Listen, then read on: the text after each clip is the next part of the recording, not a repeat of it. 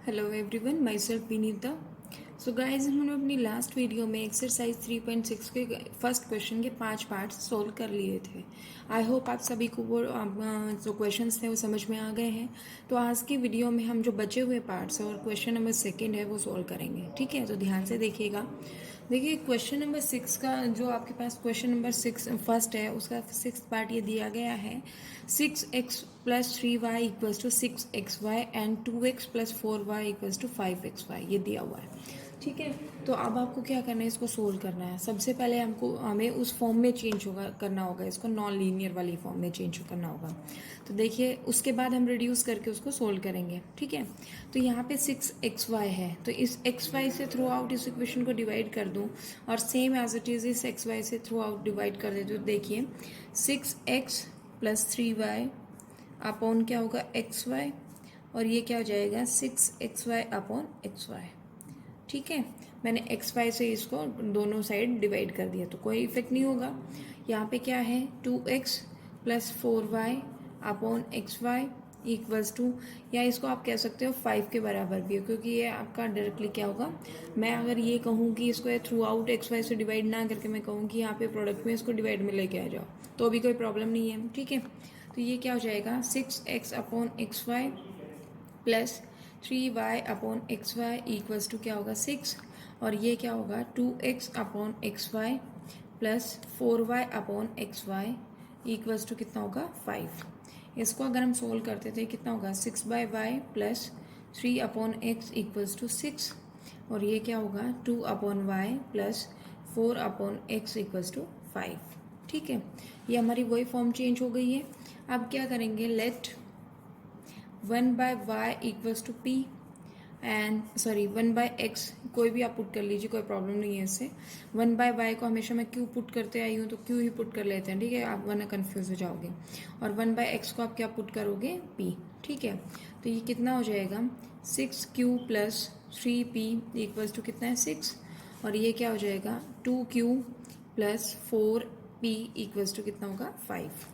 ठीक है, अब इसमें से अगर मैं इस इक्वेशन को थ्रू आउट डिवाइड करती हूँ तो देखिए क्या होगा, ये थ्री से डिवाइड कर दीजिए इसको, ये क्या होगा 2q plus p equals to क्या होगा 2, ये इक्वेशन फर्स्ट और ये क्या है इक्वेशन सेकेंड। ठीक है, तो अगर मैं सब्ट्रैक्ट करती हूँ, subtract equation first from equation second, तो देखिए क्या होगा 2q प्लस 4p माइनस, यहाँ पे हमने इसलिए इनके वेरिएबल सेम नहीं की कि ऑलरेडी सेम है। ठीक है, तो ये कितना हो जाएगा 5 माइनस 2, तो सोल्व कीजिए इसको 2q plus 4p minus 2q minus p equals to कितना होगा 3। देखिए 2q से 2q कैंसिल हो गया, 3p इक्वल्स टू कितना है 3, तो p की वैल्यू यहाँ से क्या आएगी 1। ठीक है, जो p की वैल्यू आई है उसको हमने क्या करना है, इक्वेशन किसी भी इक्वेशन दैट इज फर्स्ट में या फिर सेकेंड में पुट करना है। Put p equals to 1 in equation first. ठीक है, तो यहाँ से क्या होगा 2q प्लस 1 इक्वल्स टू कितना होगा 2, तो 2q इक्वल्स टू कितना हो जाएगा 1, और q की वैल्यू यहाँ से कितना आएगा 1/2। ठीक है, अब हमें पता है नाउ 1/y जो है वो किसके बराबर है, q के बराबर है, और 1/x जो है वो किसके बराबर है, p के बराबर है। ठीक है, तो वैल्यू पुट कर दीजिए यहाँ से 1/y इक्वल्स टू कितना होगा 1/2, और जो 1/x है वो किसके बराबर होगा 1 के बराबर होगा। अगर हम इसको सोल्व करते हैं तो y की वैल्यू देखिए कितनी आएगी 2, और x की वैल्यू कितनी आ जाएगी 1। ठीक है, इस तरीके से हमारा ये क्वेश्चन सोल्व हो गया है। ठीक है, तो आपके पास ये क्वेश्चन था, क्वेश्चन नंबर फर्स्ट का 6th पार्ट, ये इजी सा क्वेश्चन था, ये सोल्व कर दिया है। तो चलिए नेक्स्ट क्वेश्चन सोल्व करते हैं 7th पार्ट। ठीक है, 7th पार्ट में आपको दो तरीके से डबल टाइम्स आपको इक्वेशन सोल्व करनी होगी। तो देखिए क्या है ये क्वेश्चन, ये कहता है 10 upon x plus y plus 2 upon x minus y equals to 4 and 15 upon x plus y minus 5 upon x minus y equals to -2। ये आपके पास क्वेश्चन है, आपको इसको सोल्व करना है। तो देखिए इसको मैं क्या लिख सकती हूँ 10 into 1 upon x plus y plus 2 into 1 upon x minus y equals to कितना होगा 4, एक नेक्स्ट इक्वेशन क्या होगी 15 into 1/x plus y minus 5 into 1/x minus y. ठीक है, ये क्या किसके बराबर होगा, -2 के बराबर होगा। Let 1/x plus y equals to क्या है p and 1/x minus y equals to क्या होगा q। ठीक है, सेम इक्वेशन हमने उसी अकॉर्डिंग सोल्व करना है अब इसको। तो ये क्या हो जाएगा 10p plus 2q equals to कितना होगा 4 एंड ये क्या हो जाएगा 15p minus 5q equals to होगा -2। ठीक है, इस तरीके से इसको हमने सोल्व किया। अब देखिए इसको मैं 2 से डिवाइड कर देती हूँ तो ये कितना हो जाएगा 5p plus q equals to कितना होगा 2। ये इक्वेशन फर्स्ट और ये क्या है इक्वेशन सेकेंड। ठीक है, अब मैं अगर इक्वेशन फर्स्ट को 5 से मल्टीप्लाई कर दूँ तो q का कॉफिशिएंट बराबर हो जाएगा multiplying equation first by 5 we get 5 से मल्टीप्लाई करोगे तो कितना होगा 25p plus 5q equals to कितना होगा 10। ये आपकी इक्वेशन नंबर 3। ठीक है, adding equation second and third, second and equation third को आप क्या कर दो ऐड कर दो। ये कितना हो जाएगा 15p minus 5q plus 25p plus 5q equals to कितना होगा -2 प्लस 10। ठीक है, 5q से 5q कैंसिल हो गया, ये कितना हो गया 40p इक्वल्स टू कितना हो गया 8। ठीक है, अब p की वैल्यू आपको सोल्व करनी है। p कितना हो जाएगा 8/40 दैट इज 1/5। ठीक है, p की वैल्यू आ गई है। Put p equals to 1/5 in equation first में पुट कीजिए। ये कितना होगा 5 into 1/5 plus q equals to 2। Solve करेंगे तो ये कितना आ जाएगा 1 प्लस q इक्वल्स टू 2। तो q की वैल्यू कितनी आएगी 1। ठीक है, अब यहाँ से देखिए ये आपके पास था 1/x plus y. Now 1/x plus y equals to क्या है p। ये आपके पास कितना होगा 5 के 1/5 के बराबर होगा एंड 1/x माइनस वाई ये किसके बराबर होगा 1 के बराबर। ठीक है, इसको सोल्व करेंगे तो ये क्या आ जाएगा x plus y equals to कितना होगा 5 और ये क्या होगा x minus y equals to कितना होगा 1। ठीक है, अगर मैं इन दोनों इक्वेशंस को दैट इज ये 4th इक्वेशन है और इसको हम कह देंगे 5th इक्वेशन। ठीक है, अब यहाँ से इन दोनों को ऐड कीजिए। Adding equation 4 and 5। देखिए इसको हमें दोबारा से इक्वेशन क्यों बनाना पड़ा, क्योंकि आपके पास यहाँ पे 2 वेरिएबल रह रहे हैं और 2 वेरिएबल है, 2 आपके पास इक्वेशन है तो सोल्व होंगे। ठीक है, एडिंग इक्वेशन 4 एंड 5 ये क्या हो जाएगा x plus y plus x minus y equals to 5 plus 1। तो y से y कैंसिल हो गया, 2x इक्वल्स टू कितना है 6। तो x की वैल्यू कितनी आई 3। ठीक है, ये आपके पास x की वैल्यू आ गई 3। अब आप क्या करोगे put x equals to 3 in equation 4 या 5 कोई भी आप पुट कर दीजिए वहाँ पे। तो 3 प्लस वाई इक्वल्स टू कितना होगा 5। तो y की वैल्यू कितनी आ जाएगी, y की वैल्यू आएगी 2। ठीक है, तो इस तरीके से ये आपके पास 7th पार्ट था। आपको कुछ नहीं करना है, सेम वही प्रोसीजर फॉलो करना है। हमने लेट किया 1/x plus y equals to p and 1/x minus y को q और हम उसको सोल्व करते चले गए। p की वैल्यू q की वैल्यू दोनों आ गई। फिर हमने जो लेट किया था उसको हमने सोल्व कर दिया है, तो x की वैल्यू 3 एंड y की वैल्यू कितनी आई 2। इस तरीके के क्वेश्चन पेपर में पूछे जाते हैं। ठीक है, इंपॉर्टेंट रहते हैं ये। तो नेक्स्ट आपके पास है आपका जो यहाँ से हम कह सकते हैं therefore x equals to 3 and y equals to y कितना है, यहाँ से y की वैल्यू कितनी आई 2। ये आपके पास सॉल्यूशन आया है। ठीक है, ये आपके पास हो गया इतना काम। अब नेक्स्ट पार्ट देखिए, पार्ट नंबर 8। पार्ट नंबर 8 क्या कहता है, सेम उसी तरीके से है। इसको मैं क्या लिख सकती हूँ, देखिए 1/3x plus y plus 1/3x minus y equals to 3/4। ये आपके पास इसको किस तरीके से हम लिख सकते हैं, इसको पहले तो ना सिंपल बनाएंगे। देखिए यहाँ पे इस इक्वेशन में देखिएगा, ये 2 है, यहाँ पे भी ये भी 2 है, और ये कितना है 8। अगर मैं 2 को यहाँ से कॉमन लेके क्रॉस मल्टीप्लाई में ऊपर भेज दूँ यहाँ पे, तो ये 4 के बराबर हो जाएगा या नहीं आ जाएगा, और ये आपका सिंपल सोल्व हो जाएगा। ठीक है, तो देखिए इसको किस तरीके से करते हैं। ठीक है, ये आपके पास क्या है, 1/3x plus y plus 1/3x minus y equals to कितना है 3/4। यहाँ से इस इक्वेशन को मैं लिख सकती हूँ 3x plus y plus minus है यहाँ पे 1/3x माइनस वाई, और ये क्या हो जाएगा -1/4, क्योंकि 2 जो था कैंसिल हो गया। ठीक है, जैसे यहाँ से 2 कॉमन लिया, जो 2 कॉमन लिया वो यहाँ पे मल्टीप्लाई होगा, उससे कैंसिल करके कितना आ जाएगा -1/4। लेट 1/3x प्लस वाई को आप क्या पुट करोगे p, और 1/3x माइनस वाई को आप क्या पुट करोगे q। देखिए डिनोमिनेटर में जो टर्म कॉमन टाइप आती है, आपको सिमिलर दिख रही हो, उसी को पुट करना है। ऐसा नहीं है कि हर क्वेश्चन में x प्लस वाई को पुट कर रहे हो या x माइनस वाई को पुट कर रहे हो। जो डिनोमिनेटर में है टर्म, उसी के अकॉर्डिंग आपको यहाँ पे p और q पुट करना है। ठीक है, तो ये आपके पास क्या हो गया, ये आपके पास है 1/, ये क्या हो गया p plus q equals to कितना होगा 3/4। ये एक इक्वेशन हो गई। ठीक है, दूसरी इक्वेशन क्या है आपके पास, p minus q equals to है -1/4। ये दूसरी इक्वेशन हो गई। ठीक है, ऐड कर दो दोनों इक्वेशंस को। Adding equation first and second, we get, देखिए क्या होगा, p plus q plus p minus q equals to कितना होगा 3/4।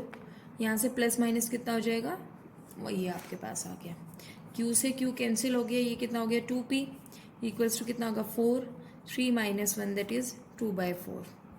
ठीक है, p की वैल्यू सोल्व कीजिए, p कितना हो जाएगा 2/4 इंटू 2, यहाँ से सोल्व करोगे तो ये कितना हो जाएगा 1/4। ठीक है, p की वैल्यू कितनी आई 1/4 आ गई है। ठीक है, तो इस तरीके से हमने सोल्व कर दिया। Put p equals to 1/4 in equation first में पुट कर देते हैं। 1/4 प्लस q इक्वल्स टू कितना होगा 3/4। तो यहाँ से अगर हम सोल्व करते हैं तो q की वैल्यू कितनी आएगी 3/4 माइनस 1/4, दैट इज 4 LCM आया, 3 - 1 ये कितना होगा 2/4, दैट इज 1/2। ठीक है, ये आपका सोल्व हो गया इतना। अब हमें क्या करना है, now 1/3x plus y equals to क्या है p, और 1/3x माइनस वाई ये हमने क्या ऐड किया था q। वैल्यू पुट कीजिए 1/3x plus y equals to p that is आपके पास कितना 1/4, और ये आपके पास कितना है 1/3x minus y equals to कितना 1/2। सोल्व करते हैं तो यहाँ से देखिए क्या क्या वैल्यूज आती है। हम कह सकते हैं 3x plus y equals to कितना है 4, ये आपके पास हम इसको थर्ड इक्वेशन कह दें, और ये आपके पास कितना हो जाएगा 3x minus y equals to 2, ये आपके पास हो गई 4 इक्वेशन। ठीक है, दोनों इक्वेशंस को ऐड कर देता है। Adding equation third and fourth, यहाँ से देखिए क्या होगा 3x plus y plus 3x minus y equals to 4 + 2। ठीक है, y से y कैंसिल हो गया, ये कितना हो गया 6x इक्वल्स टू 6, x की वैल्यू यहाँ से सोल्व करेंगे तो कितना आ जाएगा 1। ठीक है, put the value of x, या put x equals to 1 in equation third, यहाँ से रखोगे तो 3 × 1 प्लस वाई इक्वल्स टू कितना होगा 4, यहाँ से क्या होगा y equals to 4 - 3 that is y equals to 1। यही आपको सोल्व करना था। ठीक है, क्या किया आपने, आपके पास जो भी आपके पास डिनोमिनेटर में टर्म है, अगर सिमिलर टर्म है उन्हीं के अकॉर्डिंग पुट करना है, अगर सिमिलर नहीं है तो उनको सिमिलर बनाना होता है। ठीक है, इस तरीके से हमने सोल्व किया। इस स्टेप में कंफ्यूज मत होइएगा आप लोग, क्योंकि ये जो स्टेप है यहाँ पे मैंने 2 कॉमन लेके इसको डायरेक्टली यहाँ पे कैंसिल कर दिया है। ठीक है, ये आपके पास था 8th पार्ट। यहाँ पे आपका जो फर्स्ट क्वेश्चन होता है वो आपका कंप्लीट होता है। तो अब देखिए सेकंड क्वेश्चन क्या कहता है। सेकंड क्वेश्चन के 3 पार्ट से आपके पास, सबसे पहले आपको लीनियर इक्वेशन फॉर्म करनी है, उसके बाद आपको उनका सोल्यूशन फाइंड आउट करना है। ठीक है, तो फर्स्ट पार्ट जो है उसने कहा है Ritu can row downstream 20 kilometre in 2 hours. जो वो है रितु है वो जा रही है कि से 20 किलोमीटर जाती है 2 घंटे में डाउन स्ट्रीम। देखिए डाउन स्ट्रीम क्या होता है, एक होता है डाउन स्ट्रीम और एक होता है अप स्ट्रीम। अप स्ट्रीम का मतलब होता है, सबसे पहले अप स्ट्रीम का मतलब देखिए ऑपोजिट डायरेक्शन में, ऑपोजिट डायरेक्शन में अगर कोई ट्रैवल करे, दैट मीन्स एक बोट है, मान लो एक बोट है और एक आपका जो वाटर का जो आपका फ्लो है वो देखते हैं, वो एक बोट है और एक वाटर फ्लो है, ठीक है। तो उसमें क्या है अप स्ट्रीम डाउन स्ट्रीम का मतलब क्या होता है, जब ये दोनों सेम ही डायरेक्शन में जाते हैं तो वो होता है आपका डाउन स्ट्रीम का केस। और एक अगर आपका यहाँ इधर नीचे की तरफ मतलब इस डायरेक्शन में जा रहा है और एक उसके अपोजिट डायरेक्शन में जा रहा है तो ये केस होता है अपस्ट्रीम का, ठीक है। तो कोई भी जैसे बोट है, बोट कोई लहरें हैं, लहरों के अगेंस्ट अगर बोट जा रही है तो अपस्ट्रीम जा रही है, और लहरों के साथ वाली डायरेक्शन में दैट इज जिधर लहरें जा रही हैं उसी डायरेक्शन में अगर बोट जा रही है तो वो क्या होता है डाउन स्ट्रीम का केस होता है, ठीक है। ये आपके पास कंसेप्ट है, इस कंसेप्ट पे ऊपर बेस्ड क्वेश्चंस आपके एग्जाम में पूछे जाते हैं, ठीक है। एक एग्जाम्पल भी दिया है एनसीईआरटी की बुक में, बहुत अच्छा एग्जाम्पल है, उसको सोल्व कीजिएगा। देखिए सॉल्यूशन में किस तरीके से होगा, ये कह रहा है Ritu can row downstream 20 kilometre in 2 hours and upstream 4 kilometre in 2 hours. दो घंटे में वो 20 किलोमीटर डाउन स्ट्रीम जाती है एंड 2 ही घंटे में 4 किलोमीटर अपस्ट्रीम जाती है, ठीक है। Find her speed of rowing in still water, उसकी स्पीड आपको फाइंड आउट करनी है स्टिल वाटर में, and the speed of the current, और करंट की स्पीड फाइंड आउट करनी है, ठीक है। Let Ritu speed in still water, या तो ये कह लीजिए या फिर आप क्या मेंशन कर सकते हो स्पीड इन स्टिल वाटर आप कह सकते हो, ठीक है। ये क्या है x किलोमीटर पर आवर, और स्पीड ऑफ करंट ये आप क्या कहोगे y किलोमीटर पर आवर, ये दो है, ठीक है। तो यहाँ से देखिए मैं यहाँ पे मेंशन कर रही हूँ डाउन स्ट्रीम के, in case of downstream, in case of downstream speed जो होगी वो क्या होगी x plus y kilometre per hour, ठीक है। और इन केस ऑफ अपस्ट्रीम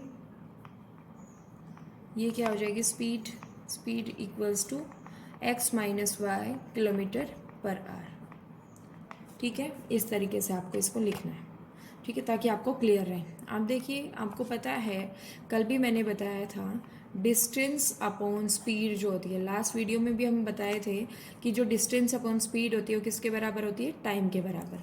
अब डिस्टेंस दिया है, टाइम दिया है, स्पीड यहाँ से मिल रही है आपको, तो फर्स्ट कंडीशन जो होगी वो क्या होगी,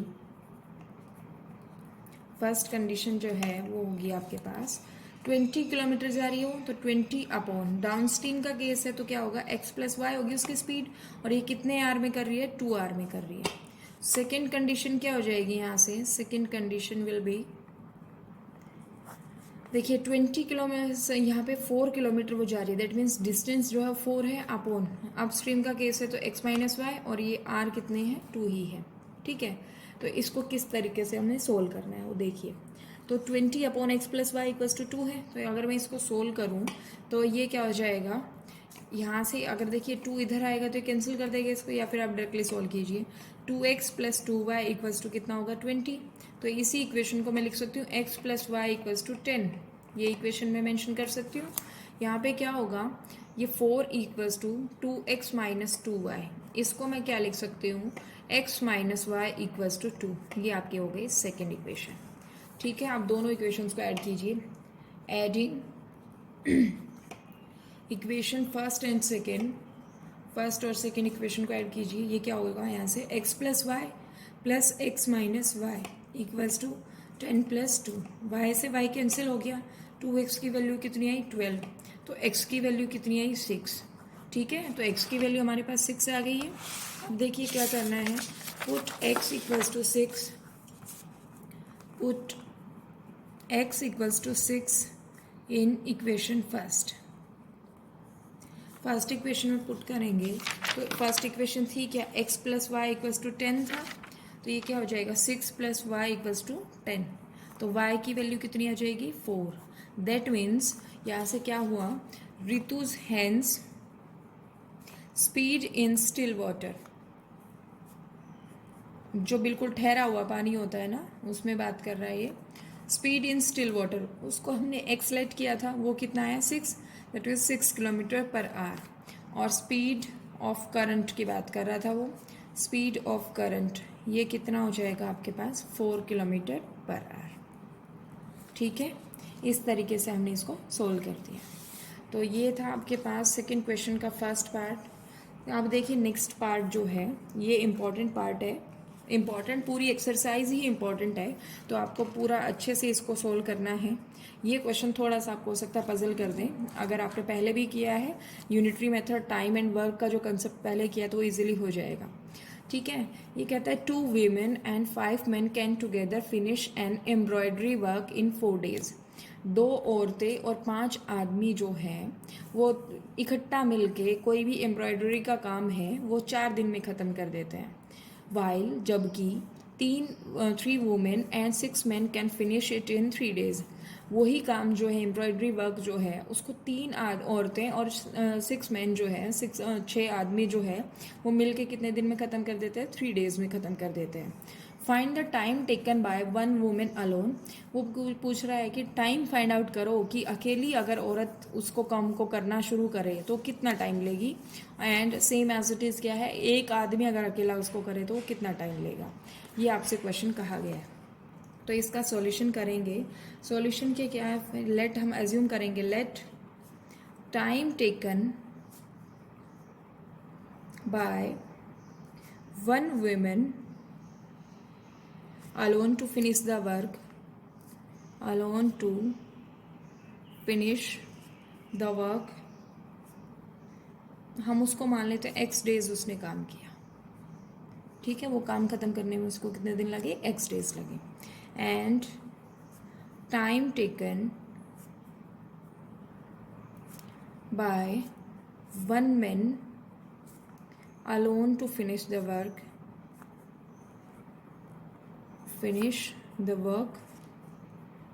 इक्वल्स टू कितना हमने लेट किया y days मान लिया। ठीक है, अब हमें ये नहीं पता कि उसके एक दिन का काम कितना है, एक अकेली औरत को कितना टाइम लग रहा है x हो रहा है x डेज लग रहे हैं, और आदमी को कितना और लग रहा है टाइम y डेज लग रहे हैं। तो अब हमें उसका एक दिन का काम निकालना पड़ेगा, 1 women का एक दिन का काम निकालो। सो 1 woman's 1 day वर्क वो कितना हो जाएगा, वो होता है 1/x part of the work. Unitary method, अगर उसको एक काम को ख़त्म करने में x दिन लग रहे हैं तो एक दिन में कितना काम करेगी वो 1/x पार्ट करेगी। ठीक है, सिमिलरली 1 man 1 day वर्क वो कितना होगा 1/y part of the work, ये होगा। ठीक है, अब देखिए उसने क्या कहा 2 men, तो यहाँ पे कितना होगा 2 women's का 1 day वर्क कितना होगा 2/x पार्ट, और 5 men जो होंगे वो कितना होगा 5/y होगा। अब उन्होंने कितने दिन में किया है 4 days में किया है, तो कितना हो जाएगा आपके पास 1 day में वो इकट्ठा मिलके कितना वो करते हैं काम करते हैं 1/4 पार्ट ऑफ द वर्क करेंगे। ठीक है, 4 days लग रहे हैं तो इकट्ठा मिलके एक दिन में कितना करेंगे 1/4 पार्ट ऑफ द वर्क करेंगे। ठीक है, तो यहाँ से देखिए ये हम कह सकते हैं, यहाँ से इकट्ठा मिलके अगर करें तो ये देखिए 2 men है, 2 women और 5 men है। ठीक है, तो इसका यहाँ से क्या कह सकते हो, आप इसको भी लिख सकते हो 2 men और 5, मैं इसको डायरेक्टली कर रही हूँ। So we can say that in 1 day they will completing 1/4 part of the work. ये इकट्ठा होके काम कर रहे हैं, टुगेदर का केस है। तो फर्स्ट कंडीशन क्या होगी, फर्स्ट कंडीशन जो है देखिए एक दिन का काम, एक औरत का एक दिन का काम पता है हमें 1/x है, तो 2 औरतें कितना होगी 2/x, और ये 5 मैन थे, ये कितना होगा 5/y, और वो कितना काम कर रहे हैं 1/4 पार्ट कर रहे हैं, ठीक है। ये आपके पास हो गया। सेकेंड कंडीशन देखिए क्या होगी, सेकेंड कंडीशन विल बी, ये कितना है 3 women है, that is 3/x plus 6/y equals to, वो कितने दिन में कर रहे हैं 1/3 डेज में कर रहे हैं, ठीक है। दोनों इक्वेशन आपकी उसी तरीके से चेंज हो गई। तो यहाँ क्या करोगे, let 1/x equals to p and 1/y equals to q, ठीक है। सोल्व करो, 2p plus 5q equals to कितना है 1/4, ये आपके पास है इक्वेशन फर्स्ट। यहाँ से सोल्व करोगे तो कितना हो जाएगा 3p plus 6q equals to कितना होगा 1/3। अगर मैं इसको 3 से डिवाइड कर देती हूँ, 3 कॉमन लेती हूँ, ये कर सकते हैं आप, या फिर आप क्या करो, इसको आपको कोफिशिएंट बराबर करने हैं, ठीक है। ये आपके पास है, तो इसको हम सोल्व कर लेते हैं। इसको अगर हम सोल्व करेंगे 3 से डिवाइड करेंगे तो इधर भी 3 से होगा, ये कितना होगा p plus 2q equals to 1/9, ये सेकेंड इक्वेशन हो गई, ठीक है। अब सेकेंड इक्वेशन को आप कितने से मल्टीप्लाई कर दो, 2 से मल्टीप्लाई कर दो ताकि ये सोल्व हो जाए, ठीक है। मल्टीप्लाइंग इक्वेशन सेकेंड बाय 2, तो यहाँ से क्या होगा, ये हो जाएगा 2p plus 4q equals to 2/9, ये आपके पास आ गई इक्वेशन नंबर थर्ड, ठीक है। आप फर्स्ट और थर्ड को आपको सोल्व करना है, ठीक है। तो यहाँ से क्या करोगे, ये आपके पास हो जाएगा, सोल्व कीजिए, ये कितना है 2p प्लस 5q, तो यहाँ से इसको सोल्व कीजिए, subtract equation second from first, first में से आप सेकेंड को माइनस कीजिए, ये कितना हो जाएगा 2p plus 5q minus 2p plus 4q equals to कितना होगा 1/4 माइनस 2/9, ठीक है। इसको सोल्व करेंगे तो क्या होगा 2p plus 5q minus 2p minus 4q equals to, इनका एलसीएम लेंगे तो ये कितना आएगा 36, ये कितना हो गया 9, और ये आपके पास हो गया 8, ठीक है। तो यहाँ से देखिए सोल्व करेंगे हम इसको, 2p से 2p कैंसिल हो गया, कितना बचा q इक्वल्स टू 1/36, ठीक है।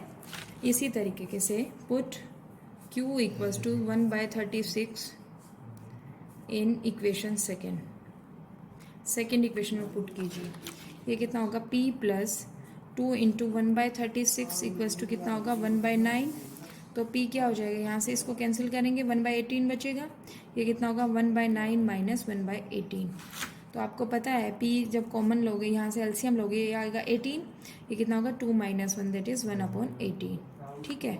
नाउ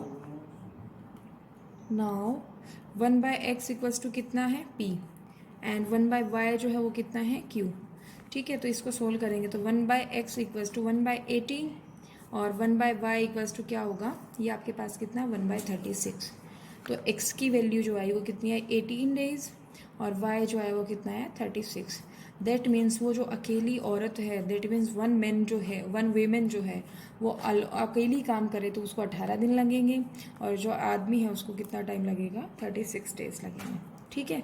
इस तरीके से ये काम करना था, ठीक है। तो ये आपका जो था वो सेकंड पार्ट था। थर्ड पार्ट देख लेते हैं क्या दिया हुआ है। थर्ड पार्ट है, Ruhi travels 300 kilometre to her home partly by train and partly by bus. Ruhi नाम की कोई लड़की है, वो अपने घर जाती है 300 किलोमीटर का डिस्टेंस कवर करके बाय बस एंड बाय ट्रेन, ठीक है। दोनों का वो आधी दूरी पे जाती है ट्रेन से, फिर जाती है बस से, ये कहा है।